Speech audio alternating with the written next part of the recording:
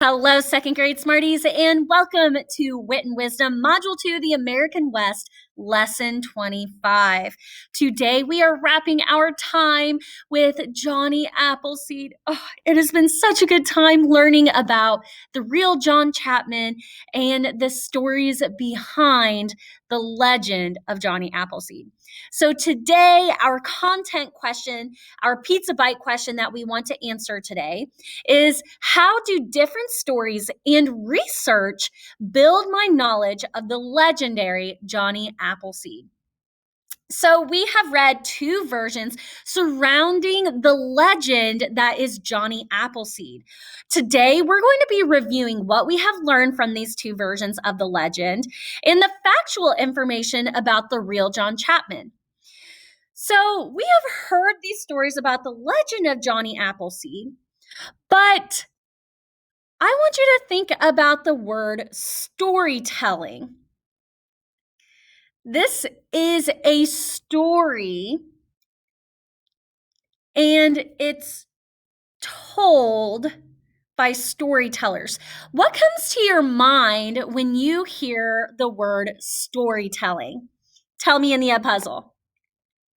So when I hear the word storytelling, I like to think of sitting at my grandparents' house and sitting by my grandparents, maybe on the floor when I was a little kid, and listening to them tell me a story about their past or about someone famous, or maybe it's a made-up story like Goldilocks and the Three Bears.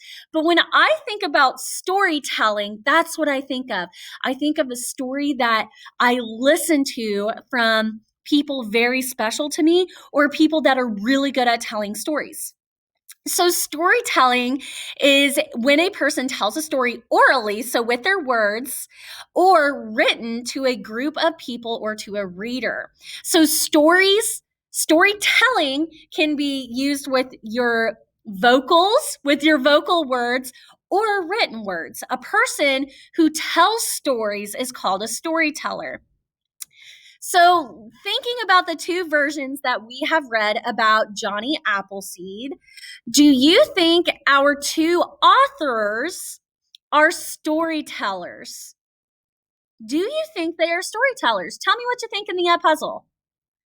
I think that they are storytellers because they tell the life of John Chapman and the legends about John Chapman's life as Johnny Appleseed. They make the life and story of John Chapman interesting. What about Johnny Appleseed? From our experience in reading these versions about Johnny Appleseed, was Johnny Appleseed a storyteller? Yes, in both versions, we learned that he loved to sit by the fire or sit with children and tell stories of his magnificent times in nature. So we have read two versions. I feel like I'm saying that over and over again.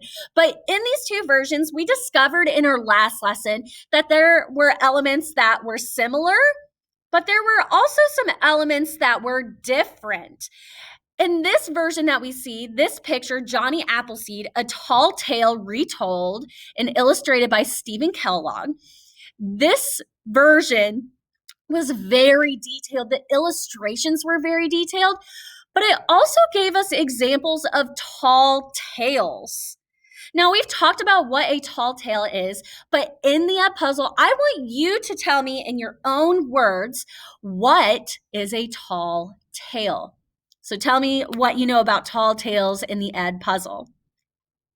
So remember, tall tales are stories that are exaggerated or sometimes unbelievable to be real. So we are going to look at some examples from this version of the text that were tall tales. So keep your eyes open about on these pages about these tall tales, and I want you to start thinking, how are these stories told by other people tall tales? So in this version, this is the first version that we read, Aliki's version. I want you to think about if this page is an example of a tall tale or a legend. So a story about a real person.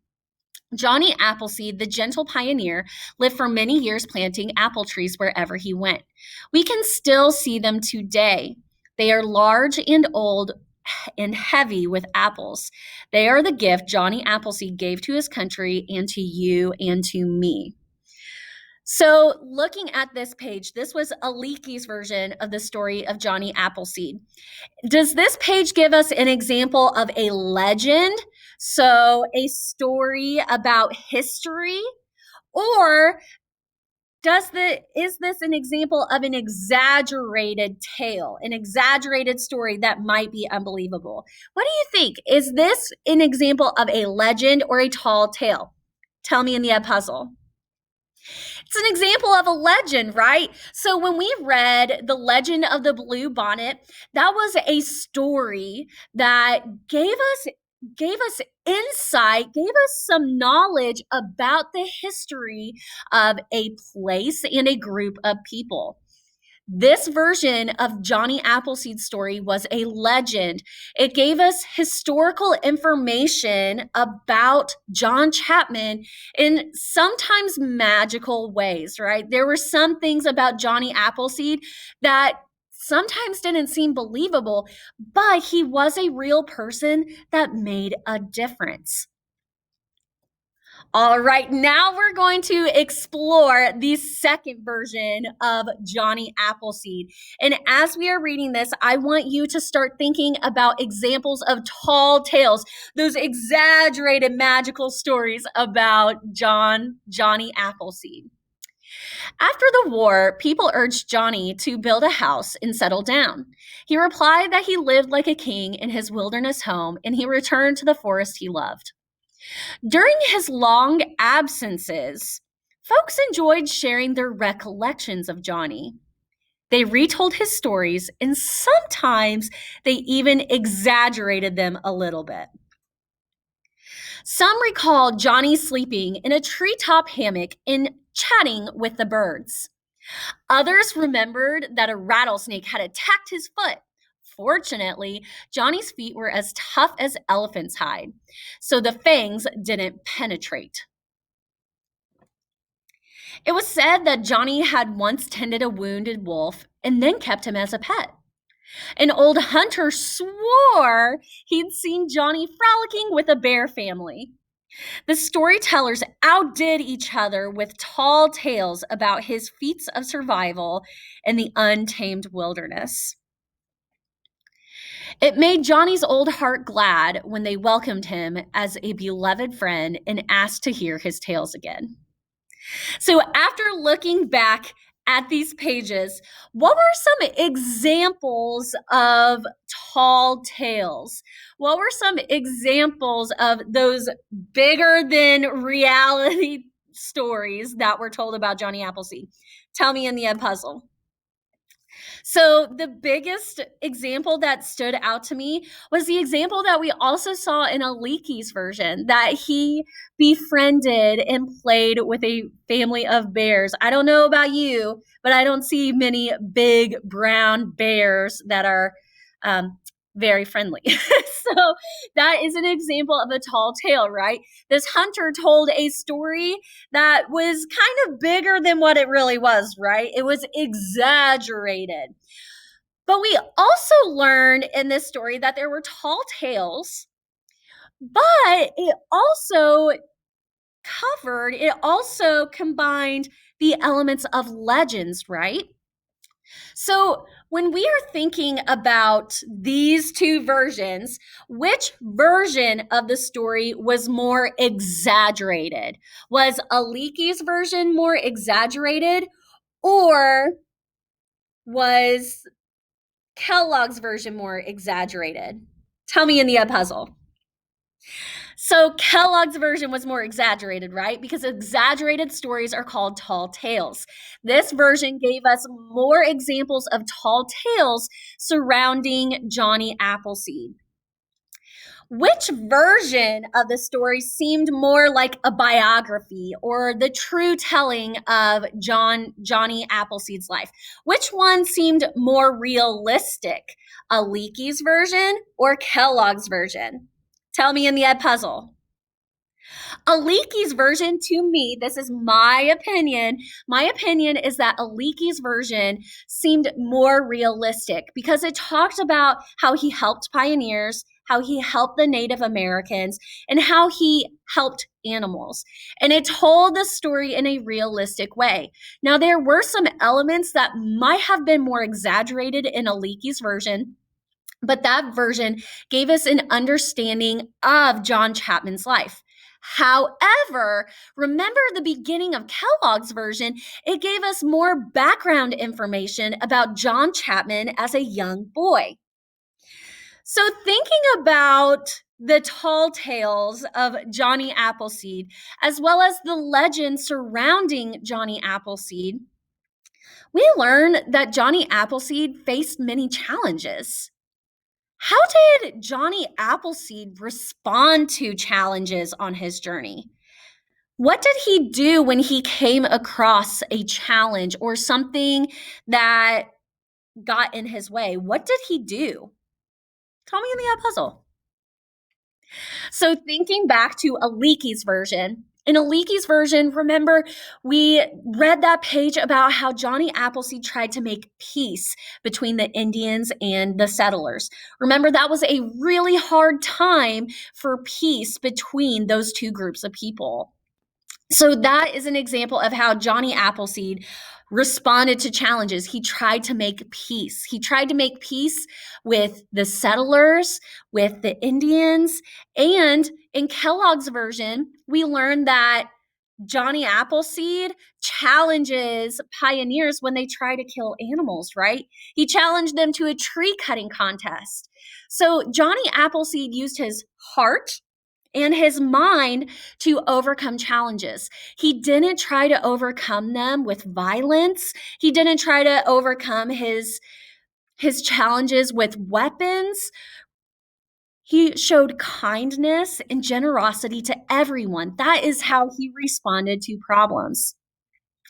All right, so my Smarties, this time is a little different than what we would be able to do if we were together. So we are going to be hosting a Socratic Seminar in Flipgrid. So we are going to be answering a question, and then you guys are going to have the opportunity to respond to other friends in Flipgrid. So you are going to be answering the question, what are the differences between the two ways the legend of Johnny Appleseed is told? I'm going to read that again. What are the differences between the two ways the legend of Johnny Appleseed was told? Now, if we were in the classroom, we would be doing a Socratic seminar. So that means we would be sitting as a group and you would have the opportunity to answer this question. And you would have a list of goals as you were doing this. So while we would be answering these questions, we would link what we say to what others say. So we would say, I agree with you because blank. Or it is okay to disagree, but you have to explain why. I do not agree because blank. We have to notice the whole message. So we have to think about the whole question. We are going to compare the two ways that Johnny Appleseed's story is told. Remember, Aleki's version was more of a legend in that it told Johnny Appleseed's story and how his story helped America. Kellogg's version also told the legend of Johnny Appleseed and how he helped America, but it also gave us examples of tall tales surrounding Johnny Appleseed. So that's an example of thinking about the whole message, answering the whole question. If we are in a group, we would be preparing our body. And just like on Flipgrid, we want to keep our body still. We want to be in a place where we are not distracted and we can answer our question. And we also want to make sure that we vary our voice. We want to make changes in our voice to let listeners know that we are excited about what we are talking about. So as we wrap up our time with Johnny Appleseed, we always end our time with a book or comparing books by talking about what we know from these stories and what we can do after exploring these stories and the different skills that we learn about in writing. And we've been talking about irregular past tense verbs. So I want you to think right now and tell me in the Ed puzzle, what is something that you know about the story of Johnny Appleseed? Tell me in the puzzle. So something I know about Johnny Appleseed is that he was kind, he was generous, and he was gentle with nature. He was gentle and passionate about making America's nature beautiful. I also learned that he spent his whole life planting apple trees and that tall tales were told about Johnny Appleseed. So we talked about the legend of Johnny Appleseed. Let's think back to the time when we read that informational article about John Chapman. So we read that informational article to better understand the real man behind the legend of Johnny Appleseed. Why was it important for us to learn about the real John Chapman? Why is it important to do research or to learn more about the information behind a story? Why did we do that? Why did we learn about John Chapman? Tell me what you're thinking in the Ed puzzle. Why did we learn about the real John Chapman? We learn about the real John Chapman so we could understand a little bit better about his history and his heart and mind for helping America, right? So these legends and stories are based on the real John Chapman, but stories and legends and tall tales can sometimes exaggerate the real story of a person. So these two stories of Johnny Appleseed are not the only versions of his story. So why do you think there are so many different versions of the story of Johnny Appleseed? Why are there so many people that want to tell his story? Because he was a legend. He was a legendary person. He was a person who did amazing things, and people wanted to tell stories about him. All right, and wrapping up our time with Johnny Appleseed. So, all of the books that we have read so far about the American West, they are building our knowledge about what was life like in the early American West. So, from this story, what did you learn about the early American West in John Chapman's story? What is something that you learned about the early American West after reading the versions of Johnny Appleseed? Tell me in the puzzle.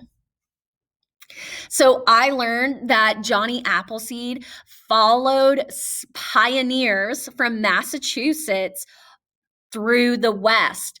I also learned that those pioneers, they traveled in their covered wagons, but John Chapman traveled on foot. I also learned that John Chapman tried to make peace between Native Americans and the pioneers. So, and you guys are going to have a chance to tell me in the puzzle, which version of the story do you think added to your knowledge? Which one do you think stuck more in your heart and mind? Aleki's version or Kellogg's version? Tell me what you think in the puzzle. All right, and how do we finish every lesson, Smarties? With a deep dive. So we are trying to answer the question. This is another pizza bite question. How do writers use collective nouns? Well, what are collective nouns? Collective nouns are countable nouns that name groups of people, animals, or things. So here are some examples of collective nouns. A bouquet of flowers. A bouquet describes a group of flowers. A herd of buffalo. Herd is a collective noun. It describes a group of buffalo. A band of musicians. Band is a collective noun that describes a group of musicians. Army. An army would be a group of soldiers. All right, I want you to do those movements with me for these last two. A crowd of people is a group of people. And a bunch of carrots is a group of carrots. So we use these collective nouns to kind of paint a picture in our mind of what this looks like. I could just say, I have a lot of flowers, or there were a lot of buffalo. But when I use these collective nouns, they help the reader paint a picture in their mind of what this looks like. So we have talked about two different types of nouns. We've talked about singular nouns and plural nouns. So when we think about singular nouns, that is one thing. So I have one pencil. Plural nouns are when I have more than one of something. I have pencils, more than one pencils. I add that suffix s. A collective noun would be a pack of pencils. Pack is a collective noun. It tells me I have a large group of pencils. So singular, pencil, plural, pencils, collective noun, pack of pencils. So let's dive a little deeper into these collective nouns. So let's think about examples from Johnny Appleseed or our time with the early American West. So thinking specifically about Johnny Appleseed, if I have one apple tree, that's a singular noun. If I have more than one, it would be apple trees. An orchard is a group of apple trees. So orchard is our collected noun. Let's move on. Buffalo is a singular noun. But remember, sometimes we have those irregular plural nouns too. If I have more than one buffalo, it's still buffalo. But if I have a group of buffalo, it is a herd. If I have one Native American, that's a singular noun. More than one would be Native Americans. A group of Native Americans is called a tribe. My singular noun for goose is one. More than one is geese. And a group of geese is a flock. If I have a wagon, I have one wagon. If I have more than one wagon, it's wagons. But if I have a group of wagons, it is called a train. If I have a soldier, that is one soldier. If I have more than one soldiers, it is soldiers. But if I have a group of soldiers, it is an army. And let's look at the last one. I live in a state, one state. I know that America has 50 states. A group of states is a nation. All right, so those are some examples of collective nouns. In the Ed puzzle, I want you to choose one of these examples and complete the sentence. A group of blank is called a blank. So a group of plural nouns is called a collective noun. So I could say a group of apple trees is called an orchard. So go ahead and complete that sentence in the Ed puzzle.